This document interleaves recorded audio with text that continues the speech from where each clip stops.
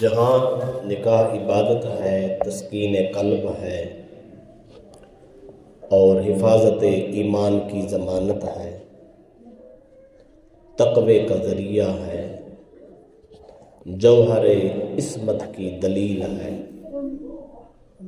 یہ نکاح اس امت کی انتہائی ضرورت بھی ہے۔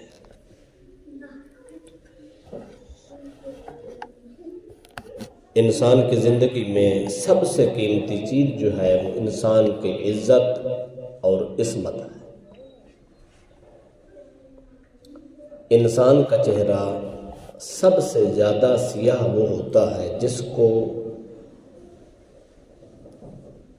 بدعملی کی سیاہی لگ جائے۔ زندگی میں انسان سے غلطیاں ہو جاتی ہیں، اتنی کالک اور اتنی سیاہی اور اتنی شرمندگی انسان کو کسی صورت بھی نہیں ہوتی جتنی انسان کا کسی کی عصمت لوٹ لینے، عزت لوٹ لینے کے بعد ہوتی ہے۔ انسان کی عزت سب سے اعلیٰ ہے، عزت نہیں تو کچھ بھی نہیں، اور اس عزت کا تحفظ نکاح کے ذریعے ہی ممکن ہے۔ اگر معاشرے کو پروان چڑھانا ہو تو اس کی دلیل نکاح ہے۔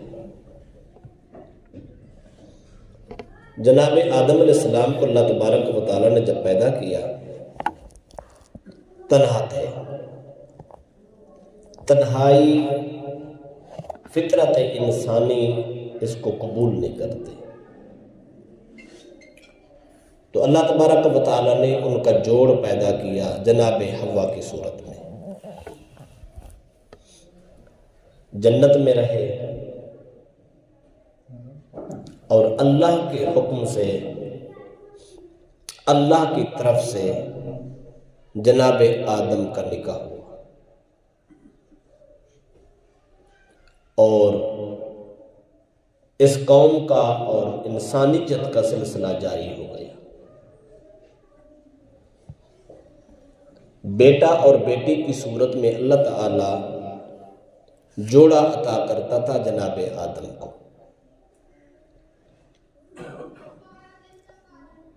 ایک جوڑا صبح پیدا ہوتا تو دوسرا شام پیدا ہوتا۔ 40 جوڑے اللہ پاک نے جناب آدم کو عطا کیے۔ پھر حکم یہ ہوتا ایک جوڑے میں پیدا ہونے والی بیٹی دوسرے جوڑے میں پیدا ہونے والے بیٹے سے نکاح ہو سکتا ہے۔ تو پھر یہ جوڑے پڑھنے شروع ہو گئے، نکاح ہونے شروع ہو گئے۔ اس کائنات میں سب سے پہلا نکاح رب نے کرایا، وہ آدم و حوا کا تھا۔ اس میں حق مہر اس دور سے شروع ہے، چونکہ آدم علیہ السلام کو اللہ نے پیغمبری عطا کی تھی۔ جب پیغام نکاح آیا تو آدم علیہ السلام نے خود پوچھا کہ مولا نکاح تو میرا ہو رہا ہے، حق مہر کیا ہے؟ اس کا مطلب یہ ہے اللہ نے اپنے پیغمبر کو یہ معلومات پہلے عطا کر رکھی تھی۔ اللہ تبارک و تعالیٰ نے فرمایا آپ کے نکاح کا حق مہر میرے محبوب کی ذات پہ درود و سلام ہے۔ 10 بار درود پاک پڑھ کے میرے محبوب پہ پیش کر دیں، آپ کا حق مہر ادا ہو جائے۔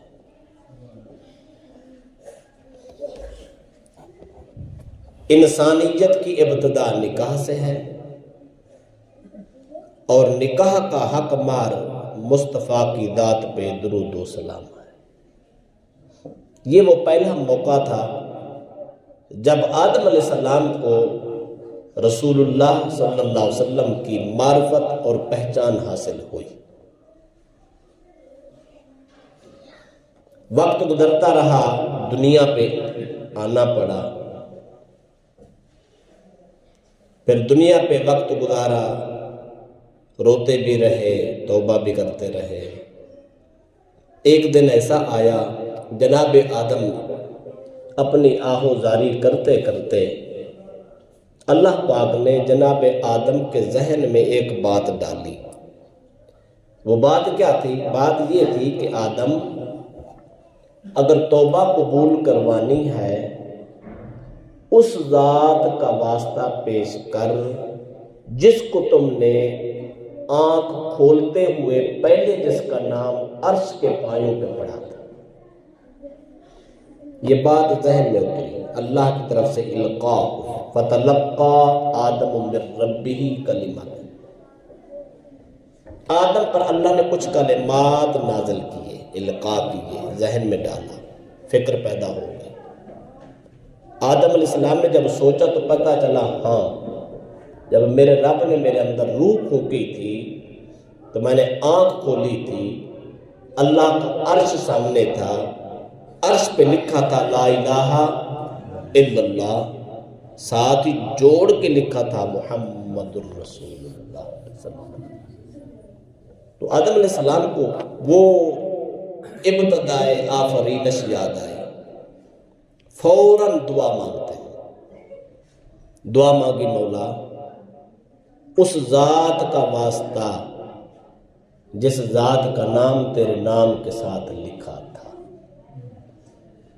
360 سال رونے کے بعد جب اللہ کے پیارے پیغمبر جناب آدم نے اللہ کی بارگاہ میں مصطفیٰ کا وسیلہ پیش کیا تو رب نے دعا قبول کی۔ یہ دوسرا تعارف ہو گیا۔ پہلا رب نے جنت میں کرایا بوقت نکاح، فرمایا میرے محبوب کے درود پڑھیں، حق مہر ادا ہو جائے گا۔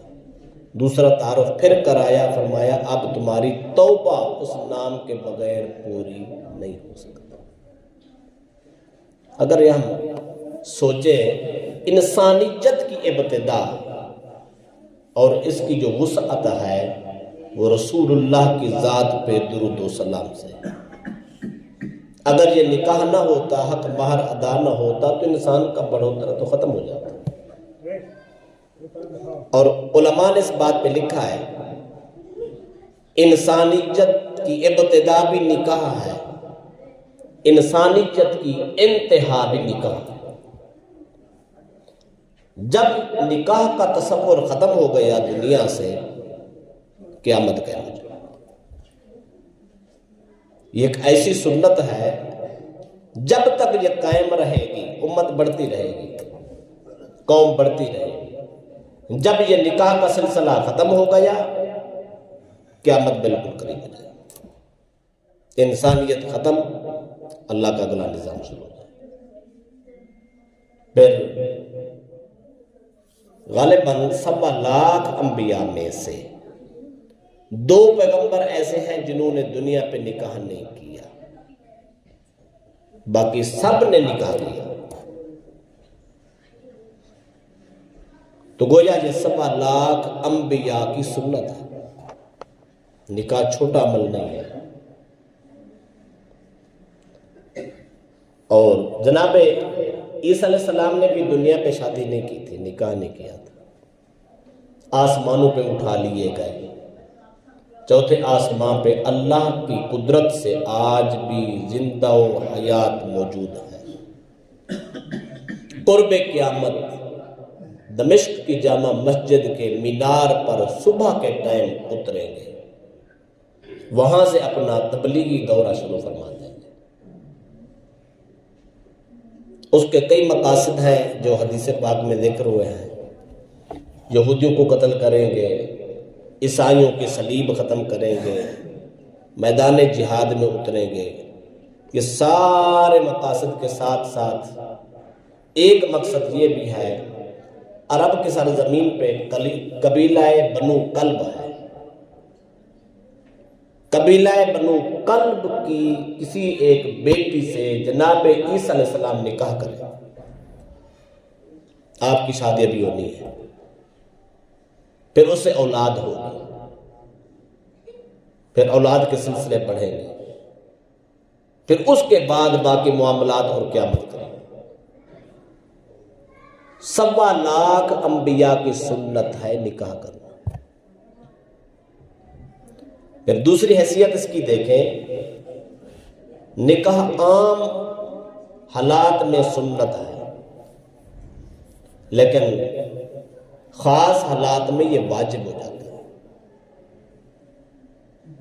یعنی انسان کے پاس وسائل بھی ہوں، اخراجات وہ پورے کر سکتا ہو، گھر چلا سکتا ہو، صحت انسان کی تندرست ہو، وسائل موجود ہوں، گناہ کا شدید خطرہ ہو، اس عمر میں نکاح کرنا واجب ہو جاتا ہے۔ اگر وسائل ہوں لیکن گناہ کا خطرہ نہ ہو، طبیعت نارمل ہو، بندہ سمجھتا ہے کہ میں نماز، روزے، ذکر، فکر سے اپنی زندگی پاکیزگی و طہارت کے ساتھ گزار سکتا ہوں، تو ایسے حالات میں نکاح کرنا سنت ہے۔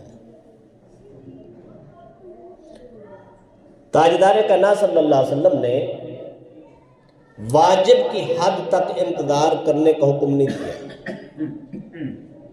نبی رحمت صلی اللہ علیہ وسلم نے فرمایا، جب تمہارے ہاں بچہ یا بچی پیدا ہو، اس کا اچھا نام رکھو، اس کا عقیقہ کرو، بچہ اس کا ختنہ کرو، پھر اس کی تعلیم و تربیت کرو۔ جب بچہ بچی جوان ہو جائے، بالغ ہو جائے، تو پھر ان کا اچھے طریقے سے نکاح کرو۔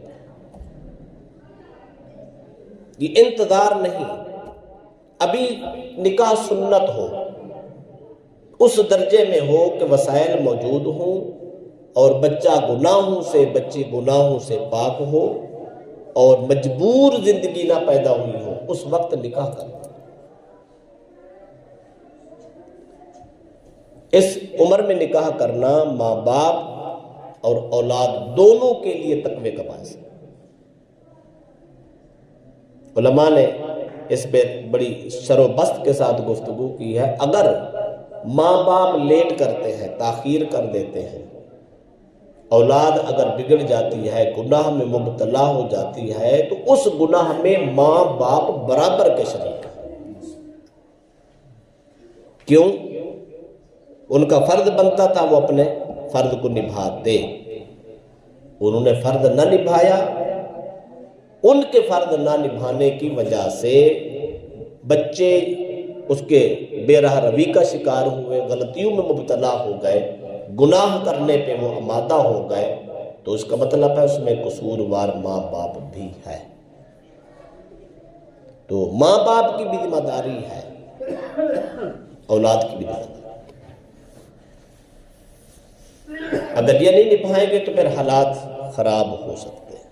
معاشرے کی تربیت کے لیے لازمی ہے ان چیزوں کا بر وقت سوچا جائے۔ حضرت عقاف رضی اللہ تعالیٰ عنہ صحابی رسول ہے، تاجدار کائنات صلی اللہ علیہ وسلم کی خدمت میں حاضر ہوئے۔ سرکار نے پوچھا، عکاس نکاح کیا ہے؟ بیوی ہے؟ عرض کی یا رسول اللہ نہیں۔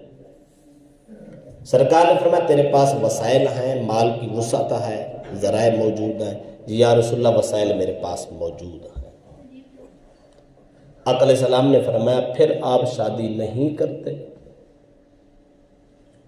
آپ نے جملہ بولا، آپ نے فرمایا اس وقت آپ شیطانوں میں شمار ہیں۔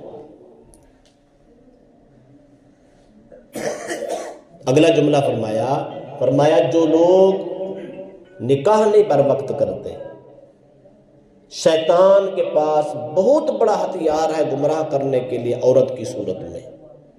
جوان کنوارے آدمی کو شیطان فوراً عورت کی شکل میں برگلا لیتا ہے، چونکہ وہ کھلا دشمن ہے۔ وہ تو ہر آدمی کی صورتحال جانتا ہے، ہر آدمی کی ذہنی کیفیت جانتا ہے، طبی ضرورت بھی جانتا ہے، اس کو پتہ ہے کس کو کہاں قابو کرنا ہے۔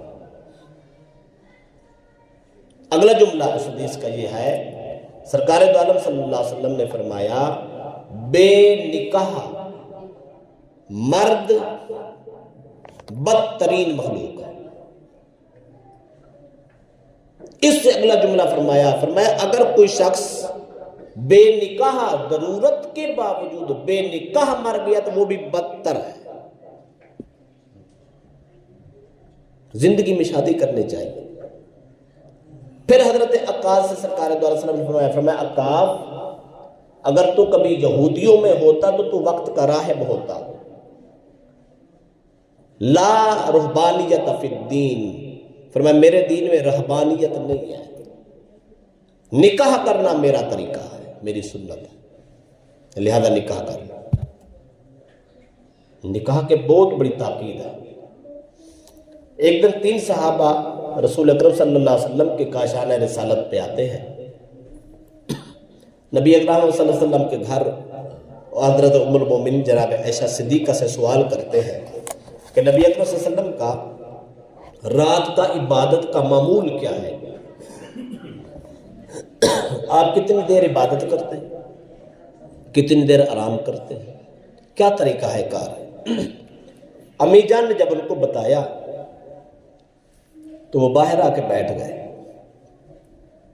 آپس میں کہنے لگے، کہتے وہ تو نبی کی نمازیں ہیں نا، وہ تو پیغمبر کی عبادت ہے، پیغمبر کی عبادت تھوڑی بھی ہو تو امتی سے کہیں آگے ہوتی ہے، ان کا تو ایک سجدہ ہماری زندگی بھر کی عبادتوں سے افضل ہے۔ لہذا ہم ایسا کرتے ہیں، ہم اپنے تقوی کے لیے، اپنی پرہیزگاری کے لیے، اپنے مقام و مرتبہ کے لیے اہتمام کرتے ہیں۔ اب آپس میں بیٹھے یہ ساری ڈسکشن ہو رہی ہے، ایک صاحب بولے، انہوں نے کہا آج کے بعد میں روزانہ ساری رات عبادت کروں گا، نفل پڑھوں گا۔ جو ساری رات عبادت کرے تو پھر وہ گناہ کے قریب نہیں جاتا، عبادت گناہ سے روکتی ہے۔ دوسرے صحابی بولے، اس نے کہا آج کے بعد میں روزانہ بلا ناغہ روزہ رکھوں گا، جتنی زندگی باقی ہے روزے سے گزار دوں گا۔ تیسرے صاحب بولے، انہوں نے کہا میں شادی نہیں کروں گا۔ یہ آپس میں ڈسکس کر رہے ہیں، نبی اکرم صلی اللہ علیہ وسلم تشریف لے آئے۔ آپ نے فرمایا جو کچھ تم کہہ رہے تھے میں نے سن لیا ہے، ایک بار پھر بتاؤ۔ ایک نے کہا یا رسول اللہ میرا ارادہ یہ ہے کہ میں تقوی اختیار کروں، ساری رات عبادت کروں۔ دوسرے نے کہا میں ساری زندگی روزے رکھوں۔ تیسرے نے کہا میں نکاح نہیں کرتا، نکاح کیا بیوی آ جائے گی، ذمہ داری بڑھ جائے گی، اولاد آ جائے گی، سلسلہ بڑھ جائے گا، ادھر دوڑ، روزی کماؤ، فلاں کرو، 100 مسائل، شادیاں، برادریاں، پھر لمبا سلسلہ ہے۔ میں مصروف نہیں ہونا چاہتا، میں چاہتا ہوں آزاد رہوں، بس اللہ اللہ کرتا رہوں۔ نبی رحمت صلی اللہ علیہ وسلم نے فرمایا اس کائنات میں سب سے زیادہ صاحب تقوی، سب سے زیادہ میں خدا سے ڈرتا ہوں۔ فرمایا میرے سے زیادہ کوئی بھی اللہ سے نہیں ڈرتا۔ فرمایا میرا معمول سنو۔ سرکار نے فرمایا رات کو میں بھی نماز پڑھتا ہوں، میں بھی تہجد پڑھتا ہوں، پر کچھ دیر نماز پڑھتا ہوں، کچھ دیر آرام بھی کرتا ہوں۔ پھر فرمایا میں نفلی روزے میں بھی رکھتا ہوں، لیکن کچھ دن نفلی روزے رکھتا ہوں، کبھی چھوڑ دیتا ہوں۔ تاجدار کائنات صلی اللہ علیہ وسلم نے فرمایا میں سب سے بڑا متقی پرہیزگار ہونے کے باوجود میں نے بھی نکاح کیے ہیں، آپ کیوں نہیں کرتے؟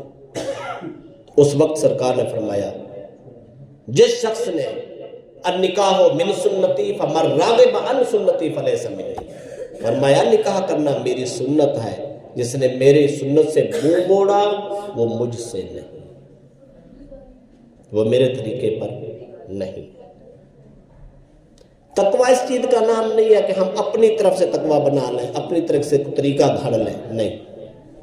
تقوی کا طریقہ، پرہیزگاری کا طریقہ، عصمت کی حفاظت کا طریقہ، معاشرے کی اصلاح کا طریقہ جو کملی والے نے اپنایا، اس کے برابر کوئی افضل طریقہ نہیں ہے۔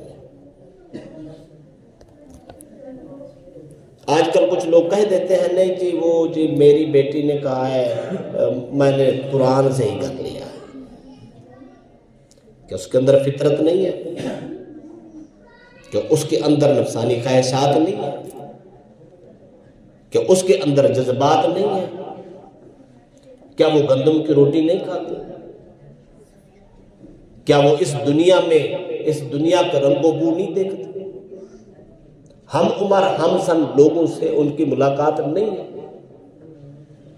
کہ ان کی ضرورت طبع نہیں ہے؟ پھر کہہ دینا خیر ہی ہے، خیر نہیں ہوتی۔ ہر کسی کو پتا ہوتا ہے، اس مرحلے سے ہر کوئی گزرا ہوتا ہے۔ یہ زندگی کا وہ پہر ہے جو سب سے مشکل ترین زندگی کا پہر ہے۔ اگر ماں باپ کو اس بات کا احساس نہیں ہے تو پھر کس کو؟ لڑکے کسی قدر وہ اپنی خواہشات کا اظہار کر ہی دیتے ہیں ماں باپ سے، کہیں نہ کہیں موقع پہ کسی عذر بہانے سے یا کسی طریقے سے اظہار کر دیتے ہیں کہ ہمارے بارے کچھ سوچیں، ہماری بھی شادی کرنی چاہیے، ہمارا بھی رشتہ ڈھونڈیں۔ بڑے کو ڈھونڈنے کے چھوٹا بول پڑتا ہے پاپا میرا بھی سوچنا ہے۔ بیٹا تو بول پڑا، پیغام پہنچ گیا، لیکن بیٹیاں تو یہ بھی نہیں بولتی، خاص طور پہ دیہاتوں میں۔ ہمارے دیہاتوں میں باحیا بیٹیاں ہوتی، ان کے سامنے شادی کی بات کر تو وہ شرما جاتی ہیں، بلکہ وہ محفل سے اٹھ کے اندر چلی جاتی ہیں۔ تو جو اتنی باحیا جس کی بیٹی ہو، وہ باپ اور ماں اگر اس بیٹی کی عزت کے بارے میں نہیں سوچے گا تو سوچے گا کون؟ اب جب وہ باحیا ہے اب نہیں سوچنا تو کب سوچنا؟ اس وقت سوچنا ہے جب حیا ختم ہو جائے، اس وقت سوچنا ہے جب کنٹرول سے باہر ہو جائے۔ اس لیے شریعت محمدی کا پیغام ہے، اللہ کے نبی نے فرمایا نکاح سستا کرو، آسان کرو تاکہ جلدی ہو سکے۔ تو میں آخری جملے کہہ دیتا ہوں چونکہ ٹائم ختم ہو گیا، بات لمبی ہے، میں کوشش کروں گا کہ نکاح کے موضوع پر چند جملے پڑھا دیں تاکہ ہمارا مسئلہ ضرورت ہے بہت بڑی معاشرے کی وہ پوری ہو سکے۔ ہمارے معاشرے میں کچھ تنظیموں نے یہ بندوبست کیا، کچھ تحریکوں نے یہ کیا، محفل کے نام پہ جہیز رکھ دیا۔ اس پہ کبھی وہ محفل جس میں جہیز کا پیکج رکھا ہوا ہو 2 4 5 10 کا، اس محفل میں جا کے دیکھو ہزاروں میں بچیاں ہوتی ہیں۔ کاش کہ کہیں میرا جہیز نکل آئے، میرا کام ہو جائے۔ لیکن اس میں کیا ہوتا ہے، ہزاروں کی تعداد میں 5 نے نکلنا ہے، 10 لوگوں کا نکلنا ہے۔ وہ جو باقی جو رہ جاتی ہیں وہ کتنی مایوسی سے اور کتنی ٹوٹے دل سے واپس لوٹتے ہیں۔ اس طریقے کو علماء نے پسند نہیں کیا، یہ طریقہ اچھا نہیں ہے۔ ہاں اگر کسی کو توفیق ہے تو غریب کے گھر میں پردے میں ان کو دیکھیں۔ کچھ تنظیموں نے یہ بھی سلسلہ شروع کیا ہے کہ اجتماعی شادیاں کرتے ہیں، وہ اشتہار دے دیتے ہیں، لوگ ان سے ضرورت مند رابطہ کر لیتے ہیں، رابطہ کر کے وہ بتا دیتے ہیں 50 آدمی لڑکے کی طرف سے، 50 لڑکی کی طرف سے، اتنے لوگ آپ لے کے آ سکتے ہیں، باقی ساری ذمہ داری ہماری ہے۔ یہ قدر بہتر ہے، قدر بہتر ہے۔ وہ باعزت طریقے سے جاتے ہیں، بس انہوں نے جانا ہی ہوتا ہے، ٹوٹل خرچہ ان کے دولہے کے اور دلہن کے لباس تک، زیورات تک، کھانے تک، سب کچھ تحریک کے ذمہ ہوتا ہے۔ اور بڑے معزز طریقے سے وہ سب کو بٹھا کر اجتماعی طور پر ایک ہال میں بٹھا کر سب کا کام کر دیتے ہیں، غریبوں کی مشکل حل ہو جاتی ہے۔ اس میں اتنا فائدہ ہوتا ہے کہ وہ سب کو نہیں بلاتے، مخصوص رشتہ داروں کو بلا کے چلے جاتے ہیں کہ آج ہم نے بچوں کی شادی کرنا ہے۔ وہ عام لوگوں کو پتہ نہیں ہوتا کس طرح کر رہے ہیں، وہ شادیاں کر کے وہ پسند کرتے ہیں۔ یہ قدر بہتر ہے۔ اس سے بھی بہتر یہ ہے، کس کو پتہ نہیں ہے میرا ہمسایہ غریب ہے، کس کو پتہ نہیں ہے میرے ہمسائے کے گھر میں بیٹیاں جوان بیٹھے ہیں، اس کی تو روٹی پوری نہیں ہے، کس فرد کو پتہ نہیں ہے کہ میرے پاس وسائل ہیں، میرا ہمسایہ تو بچوں کی فیسوں سے پریشان ہے، کس آدمی کو پتہ نہیں ہے کہ میرے ہمسائے کے حالات کیسے ہیں، ان کے رشتے کیوں نہیں ہو رہے، ہر کسی کو پتہ ہے، ہر رشتہ دار کو پتہ ہے۔ ہم انتظار کرتے ہیں کوئی ہمارے سامنے بھکاری بن کے آئے، ہاتھ پھیلائے اور ہم سے بھیک مانگے اور کہے کہ بھائی میں مجبور ہوں، میری مدد کر، میں نے بچی کی شادی کرنی ہے، تب دینا ہے، تب نہیں، اب دینا ہے کہ وہ مانگنے نہ آئے، بلکہ اس کو در پردہ جا کے کہہ دو ہم آپ کے ساتھ ہیں، آپ اپنا رشتہ ڈھونڈیں۔ کسی کی بیٹی کا نکاح کرا کے دیکھیں، کسی کی مشکل حل کر کے دیکھیں، رب کتنا سکون عطا کرے۔ مخیر حضرات بالخصوص در پردہ انتظار مت کریں، لوگوں کی عزت سے مت کھیلیں، لوگوں کو بھکاری مت بنائیں، انتظار نہ کریں کوئی میرے پاس چل کے آئے۔ اللہ کا بندہ جو چل کے